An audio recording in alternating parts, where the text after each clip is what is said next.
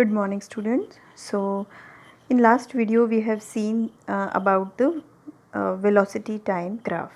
Okay, so I told you that if there is uniform velocity, so in that case what will happen, there will be no change in the velocity. Suppose a body have started its motion with the speed of 2 meter per second, with the velocity of 2 meter per second, then it will continue with the same velocity. It will not change its velocity in between. In equal interval of time it is covering with the same velocity. Okay, so in that case I have told you that how can you find the distance. So we know that from this formula, that what is the formula for finding the distance. Since v is equals to s upon t, so here s is a distance, so how can you find the distance? That is v into t. Okay, so s is equals to v into t. Velocity we know and time also we know, so we multiply them and we will come to the, then we come to the conclusion that area under this graph of velocity with time axis, if we find this area, then we will come to know about the distance travel. Okay, because we are come up with this solution now, that s equals to AC into CD, and AC into CD, AC into CD, this is the length into breadth, and length into breadth gives us the area. तो आपको एक चीज़ यहाँ पे ध्यान में रखनी है, एक चीज़ याद रखनी है कि एरिया अंडर द कर्व, ठीक है, इस कर्व के अंडर जो होगा, अब दो पॉइंट पूछे हैं हमारे पास, तो अगर ए और बी पॉइंट मुझे पूछे हैं, तो ए और बी पॉइंट के अंडर टाइम एक्सिस के साथ जितना भी एरिया है, अगर मैं उस एरिया को फाइंड कर लूँ तो जितना वो एरिया होगा उतना ही मैंने डिस्टेंस ट्रेवल किया है ए से लेके बी तक। अगर मेरे पास वेलोसिटी गिवन है तो मेरे पास डिस्टेंस नहीं है, हमको सिर्फ ये बताया है suppose you started your journey from Ahmedabad, ठीक है, अहमदाबाद से आप जा रहे हो बड़ौदा, ठीक है, तो अब मेरे को बीच में स्टेशंस का इतना मालूम नहीं है, तो अहमदाबाद से जब आप बड़ौदा जा रहे हो तो पहले एक कोई स्टेशन आया, ठीक है, स्टेशन ए आया, ठीक है, आपको सिर्फ इतना पता है कि अहमदाबाद से बड़ौदा आप एक ही वेलोसिटी के साथ जा रहे हो, दैट इज़ 2 मीटर पर सेकेंड, फॉर एग्जांपल 2 मीटर पर सेकेंड। तो इस वेलोसिटी के साथ आप मूव कर रहे हो। अब आपके पास एक कोई मान लो एक स्टेशन आया ए, ठीक है, उसके बाद एक स्टेशन बीच में और आया बी, ठीक है, उसके बाद फिर आप पहुंच गए बड़ौदा, तो कोई भी दो स्टेशन आपने बीच में ले लिए। आपको मालूम नहीं है, आपके पास कोई ऐसा गैजेट नहीं है या कोई भी ऐसा टूल नहीं है, आपकी गाड़ी में ऐसा कोई डिवाइस नहीं है which is telling you the distance, ठीक है, आपको डिस्टेंस नहीं बता रहा है वो, आपको सिर्फ ये बता रहा है you are moving with the velocity this, and आपके पास टाइम आपको मालूम है, ठीक है, और आपको ये मालूम है कि आपकी वेलोसिटी जो है वो यूनिफॉर्म है, 2 मीटर पर सेकेंड है, उसी से आपने अपना जर्नी स्टार्ट किया है, there is no fluctuation in the और वेरिएशन इन द वेलोसिटी। अब आपको बाद में ये पूछा गया कि आप जो बीच में स्टेशन ए आया था, उसके बाद जो स्टेशन बी आया, तो ए से लेके बी तक का जो डिस्टेंस था वो कितना था, ठीक है, तो आप कैसे फाइंड आउट कर सकते हैं, आपने उसको यहाँ पे ग्राफ पे प्लॉट कर दिया। यहाँ पे आपने 0 है, टाइम 5 इंटरवल 10, 15, 20, आपने ये देखना है कि आपकी वेलोसिटी 20 से स्टार्ट की है तो 20 ही रहेगी, तो ये line this will be like this. अब मैंने जो बात करी यहाँ पे, ये अगर अहमदाबाद है और ये बड़ौदा है, तो दो स्टेशन की बात करी ए और बी, ठीक है, तो आपको पूछा है कि आप ए और बी के बीच में आपने कितना डिस्टेंस ट्रैवल किया, तो आपको मालूम नहीं है कोई भी चीज़ जिससे आप डायरेक्टली देख पा रहे हो कि कितना मैं डिस्टेंस ट्रैवल किया है मैंने, तो आप कैसे फाइंड आउट कर लेंगे, उसका ग्राफ बना दिया आपने ए पॉइंट को टाइम एक्सिस के साथ ज्वाइन कर दिया और बी पॉइंट को भी टाइम एक्सिस के साथ ज्वाइन कर दिया। आपको ये मालूम है कि वेलोसिटी से हम डिस्टेंस निकाल सकते हैं, ठीक है, कैसे, वेलोसिटी आपको गिवन है तो velocity will be equal distance will be equal to velocity into time. तो वेलोसिटी क्या थी आपके पास, कांस्टेंट है 2 मीटर पर सेकेंड, और टाइम आपके पास क्या है, that is also fix interval है 5 सेकेंड का, ठीक है, तो लेकिन आपको किन दो पॉइंट के बीच का है, तो आप ए और बी के बीच में देख लेंगे टाइम डिस्टेंस कैसे फाइंड आउट करेंगे। बी पॉइंट पे कितना था t2 और ए पॉइंट पे टाइम हम ले लेंगे t1, तो उसको हम माइनस कर देंगे, so this will be 15 minus 5, तो इसमें आपके पास टाइम कितना आ गया 10। जब आप इसको मल्टीप्लाई करोगे तो आपके पास आ जाएगा कितना आपने डिस्टेंस ट्रेवल किया है। और दूसरी चीज़ आप कैसे फाइंड आउट कर लोगे कि आपने इस ग्राफ के अंदर ये जो रेक्टेंगल बन रही है इसका एरिया फाइंड आउट कर दो, AC इंटू सी डी, ठीक है, ए सी इंटू सी डी, दो तरीके हैं, ए सी इंटू सी डी, तो इनको मल्टीप्लाई कर दो तो भी आपके पास डिस्टेंस आ जाएगा। आपको ये s v equals to s upon t करने के, s equals to v into t करने की ज़रूरत नहीं है, आप डायरेक्टली भी आप इस रेक्टेंगल का एरिया फाइंड आउट कर दो तो वो दोनों सेम आएंगे, ठीक है। तो ये मैंने ऑलरेडी आपको पिछले उसमें बता भी दिया है। अब नेक्स्ट हम देखेंगे, अभी मैंने आपको बताया था we are moving with the uniform velocity, ये मैंने आपको दोबारा इसलिए बता दिया बिकॉज ये कॉन्सेप्ट थोड़ा सा कॉम्प्लेक्स है, तो आपको हर एक चीज़ थोड़ी क्लियर होनी चाहिए, ठीक है, क्योंकि हम इसको कंटिन्यू करने वाले हैं, तो इसलिए मैंने तो पीछे का ब्रीफ कर दिया।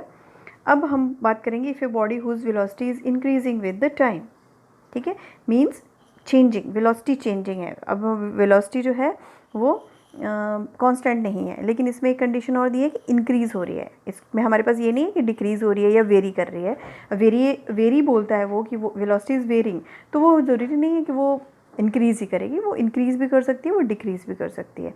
लेकिन यहाँ पे हमको क्लियरली मेंशन है if the velocity is increasing with the time, तो उस केस में क्या होगा, जो टाइम ग्राफ होगा, the graph will be a straight line, but the condition is if the velocity is increasing. Obviously ये टाइम है, और अगर इंक्रीज़ कर रही तो ये हम इस तरफ को वेरिएबल आएगा, जैसे जैसे टाइम बीतता जा रहा है वैसे वैसे वेलोसिटी भी बढ़ती जा रही है, ठीक है। तो इस केस में हमारे पास ग्राफ स्ट्रेट लाइन आता है, ठीक है। The area this is because the velocity increase y equal amounts with equal interval of time.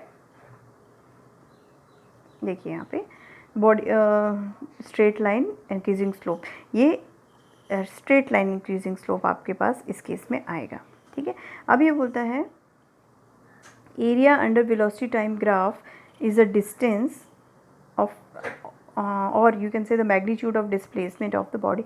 अब देखो, आपको अर्लियर मैंने आपको बता दिया कि डिस्प्लेसमेंट और डिस्टेंस में क्या फ़र्क रहता है, ठीक है, लेकिन आगे जब अभी भी और हायर क्लास में जब भी आप पढ़ोगे तो वेलोसिटी के केस में जब भी डिस्टेंस की बात आएगी तो हमारे माइंड में एक चीज़ क्लियर होनी चाहिए कि हम डिस्प्लेसमेंट की ही बात कर रहे हैं, ठीक है। डिस्प्लेसमेंट जैसे final position minus initial position, तो उसको हम यूजुअली हम डिस्टेंस ही बोल देते हैं, ठीक है। अब देखोगे हर क्लास में तो हम उसको डिस्टेंस वर्ड ही यूज़ करेंगे उस केस में, ठीक है। तो अब ये बोलता है the area under the velocity time graph, sorry, so area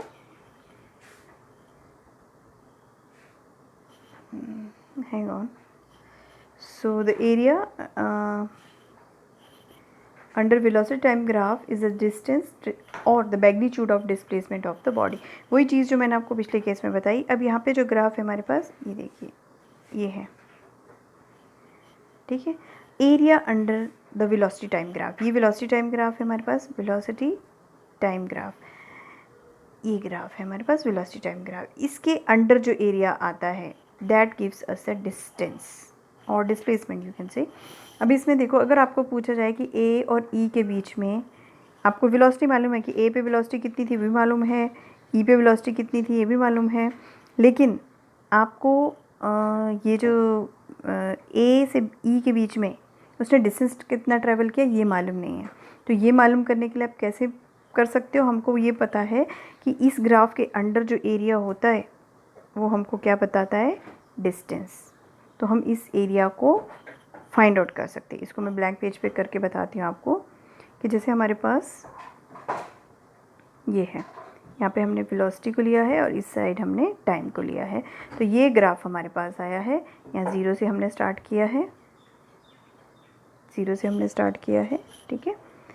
तो यहाँ पे ये वेरिंग वेलोसिटी, यहाँ पे 10 थी, यहाँ पे 20 थी, यहाँ पे 30 थी। अच्छा, एक चीज़ और है इसमें कि जो वेरिंग वेलोसिटी है वो भी एक कांस्टेंट इंटरवल के साथ मूव कर रही है, टाइम सेकंड्स में है, हाँ ये ध्यान रखिएगा। और वेलोसिटी जो है मीटर पर सेकेंड, ये पीछे वाला ही ग्राफ है तो ध्यान रखिएगा 15 एंड देन 20। तो अगर इस तरह से जैसे 5 मिनट में 10 है, फिर 10, अगर ये 10 सेकेंड्स में वो 20 है, फिर 15 में, मतलब इक्वल इंटरवल में इक्वल वो है, उस केस में स्ट्रेट लाइन आती है, ठीक है। ग्राफ तो इंक्रीजिंग हो सकते हैं लेकिन स्ट्रेट लाइन आती है जब इक्वल इंटरवल में एक इंक्रीज़ भी कर रही है और इक्वल इंटरवल के साथ इंक्रीज़ करी, जैसे 10 10 10 के साथ वो इंक्रीज़ कर रही है। यहाँ पे हमारे पास एक पॉइंट ई है और यहाँ पे हमारे पास एक पॉइंट ए है। हमको पता है कि अगर मुझे ए से ई के बीच का अगर डिस्टेंस फाइंड आउट करना है तो मैं क्या करूँगी, मुझे मालूम है कि इसके इस ग्राफ के अंडर जो एरिया आएगा विद टाइम एक्सिस वो मुझे क्या बता देगा, वो मुझे बता देगा कि कितना मैंने डिस्टेंस ट्रैवल किया है। लेकिन इस तरह की शेप जो है हमारे पास, जैसे ये वाली शेप जो है, इस तरह की शेप का एरिया कैसे फाइंड आउट करेंगे? ठीक है, तो इस तरह की शेप का एरिया फाइंड आउट करेंगे कैसे? देखिए, मैं इसको यहाँ पे पैरेलल लाइन ज्वाइन करूँगी। ठीक है, तो मैंने ये ए है, इसको मैंने बी दे दिया पॉइंट, इसको सी और इसको डी। तो आप मैं ये बोल सकती दिस इज़ अ रेक्टेंगल। ठीक है, और ये आपके पास ऊपर जो है ये क्या बन गई है? ट्राइंगल। तो मैं इसका एरिया फाइंड आउट कर लूँगी प्लस इस ट्राइंगल का एरिया फाइंड आउट कर लूँगी और दोनों को ऐड कर दूँगी, तो मेरे पास ए से ई के बीच का डिस्टेंस आ जाएगा। अब ये रेक्टेंगल में दोनों चीज़ें मेरे पास है, यहाँ से देखिए यहाँ तक ये कितना है? 10। इस रेक्टेंगल में ये कितना है? 10। यहाँ से लेके यहाँ तक 5, 10, 15, मतलब टोटली 5 + 5 ये भी 10 है।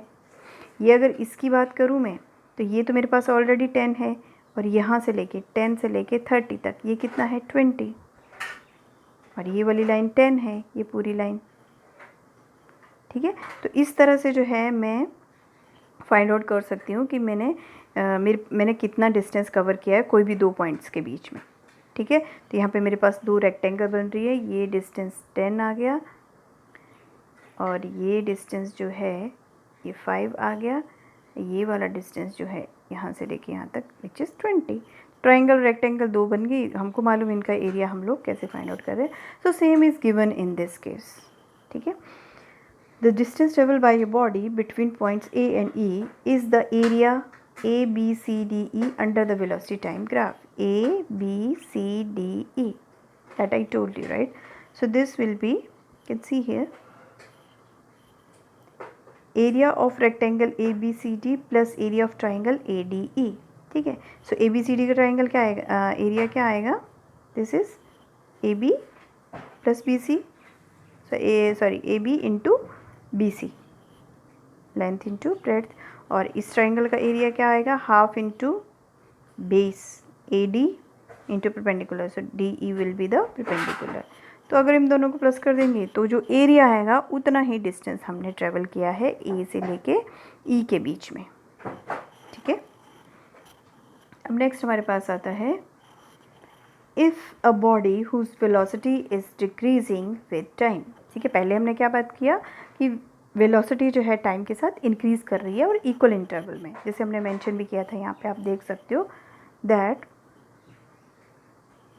ऊपर this is because velocity increasing by equal amounts with equal interval of time. equal interval में equal amount से वेरी कर रही है। यहाँ पे आप पढ़िए, if the body whose velocity decreasing with time, the time graph is a straight line having a decreasing slope. पहले हमने बोला था increasing slope, अब हमारे पास जो स्लोप आएगा वो डिक्रीजिंग, बिकॉज क्यों?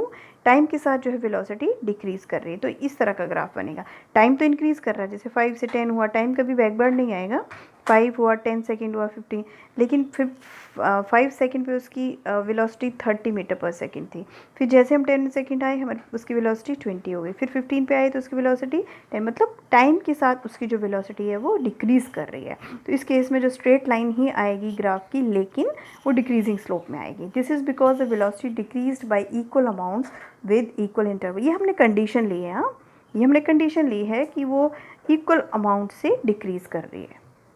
ठीक है, हमने कंडीशंस पढ़ रहे हैं हम, ऐसा ज़रूरी नहीं है, लेकिन ऐसी कंडीशन हो भी सकती है, नहीं भी हो सकती। ठीक है, अब ये बोलते हैं फोर्थ, देखिए, if a body whose velocity is non uniform the graph shows different variations. That is what I told you in the beginning. Variation में इंक्रीजिंग भी हो सकता है, डिक्रीजिंग भी हो सकता है, लेकिन फर्स्ट सेकंड कंडीशन हमने क्या पढ़ी थी कि ग्राफ इंक्रीज़ कर रहा है। नेक्स्ट थर्ड हमने पढ़ी कि ग्राफ डिक्रीज़ कर रहा है, इंक्रीज़ कर रहा है इक्वल अमाउंट से और डिक्रीज़ भी कर रहा है वो इक्वल अमाउंट से। लेकिन यहाँ since velocity is non uniform graph shows different variations. This is because the velocity changes by unequal amount in equal interval of time. ठीक है, अब इक्वल इंटरवल ऑफ टाइम जो है इसमें आप देखिए 5, 5, 5 टाइम इंटरवल इक्वल है, लेकिन ये जो वेलोसिटी है उसका वेरिएशन इक्वल नहीं होगा। आप देख लो 0 देन 5 के ऊपर उसकी वेलोसिटी थी दिस 21 है, आई थिंक 21 या जितना भी आप लगा लो अकॉर्डिंग टू दिस, 10 सेकेंड पे उसकी वेलोसिटी समवेयर 14-15 के आसपास थी। 15 पे अगेन उसकी वेलोसिटी ये 22-21 के आसपास है। अगेन 20 सेकेंड्स के ऊपर उसकी वेलोसिटी ये 15 है।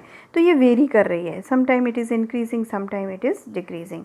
तो this is a velocity time graph for non uniform velocity, और एक्सेलरेशन भी बोल सकते हो। बाय एक्सेलरेशन यहाँ समझ आया क्यों एक्सेलरेशन बोल सकते हैं हम? एक मिनट में दूसरा लेती हूँ।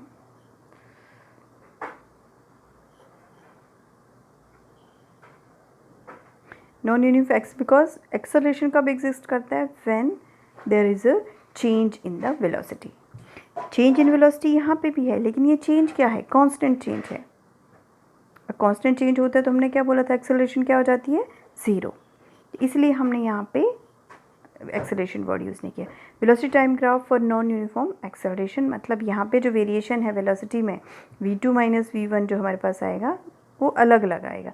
यहाँ पे v2 माइनस v1 सेम आएगा, जैसे 20 माइनस 10 कितना आया? 10। देन 40 माइनस 30 10, अगेन 30 माइनस 20 अगेन 10। मतलब चेंज इन वेलोसिटी जो है इस केस में वो ज़ीरो है। वेलोसिटी ज़ीरो नहीं है, चेंज इन वेलोसिटी ज़ीरो है। चेंज इन वेलोसिटी हो ज़ीरो होगा मतलब there is no acceleration. Acceleration कब आएगा? Whenever there is a change in the velocity. तो यहाँ पे देखिए, इसलिए ये नॉन यूनिफॉर्म एक्सेलरेशन के लिए ग्राफ इस तरह से आएगा। ठीक है, अब आते हैं आपके पास equation of motion by graphical method. अब यहीं से जो है आपने ग्राफ्स देख लिए, यहाँ से हम लोग अब इक्वेशन ऑफ मोशन पढ़ेंगे। ठीक है, और यही ग्राफिकल मेथड से पढ़ेंगे। ठीक है, तभी आपको अगर ये ग्राफ समझ में आ गए हैं तो उसके बेस पे ही हम करेंगे equation of motions by graphical method. तो इसका थोड़ा सा इंट्रोडक्शन आप देख लीजिए। Okay, the motion of a body moving with uniform acceleration. Uniform acceleration, अब मैंने आपको पहले ही बोला था, जब मैं यूनिफॉर्म एक्सेलरेशन का वर्ड यूज़ करूँगी तो आपके माइंड में चीज़ ऑटोमेटिकली क्लियर हो जानी चाहिए कि यूनिफॉर्म एक्सेलरेशन क्या है। Go to the back slide and see carefully कि उसमें नॉन यूनिफॉर्म एक्सेलरेशन का मतलब क्या है। ठीक है, so if a body moving with moving with uniform acceleration can be describe with the help of 3 equation. अब एक कंडीशन है यहाँ पे, if body is having a uniform acceleration. ठीक है, describe with the help of 3 equations called the equations of motion. First देखिए, the equations of motion are v equals to u plus a t, s is equals to u T plus half a t square, third is 2as is equals to v square minus u square. ठीक है, अब इसमें ये v u t ये क्या है? Let's see u क्या, मैंने आपको पहले बोला था हम जब भी आगे पढ़ेंगे u को हम कंसिडर करते हैं initial velocity. Then comes v. V is the final velocity, a acceleration, t is the time and s is the distance travel. अब इन सारी चीज़ों को हम डिफरेंट तरीके से एसोसिएट कर सकते हैं, तो उसको एसोसिएट करके हमारे पास ये 3 इक्वेशंस बनती है। ठीक है, यही मेन 3 इक्वेशंस हैं। अब अकॉर्डिंग टू सिचुएशन कि आपके पास ये आपको यूज़ होते हैं न्यूमेरिकल्स सॉल्व करने में, कंडीशंस दी होती हैं कि इस तरह से है तो आप उसका डिस्टेंस कैसे फाइंड आउट करोगे, उसकी वेलोसिटी कैसे फाइंड आउट करोगे, उसकी इनिशियल वेलोसिटी इतनी तो फाइनल की कितनी होगी अगर आपके पास डिस्टेंस ट्रेवल दिया है, टाइम दिया है। ठीक है, तो कुछ कंडीशंस आपको गिवन होंगी। सम टाइम हो सकता है कि एक ही न्यूमेरिकल में आपको ये कोई भी 2 इक्वेशंस भी यूज़ करनी पड़े। ठीक है, तो वी विल सी अकॉर्डिंगली।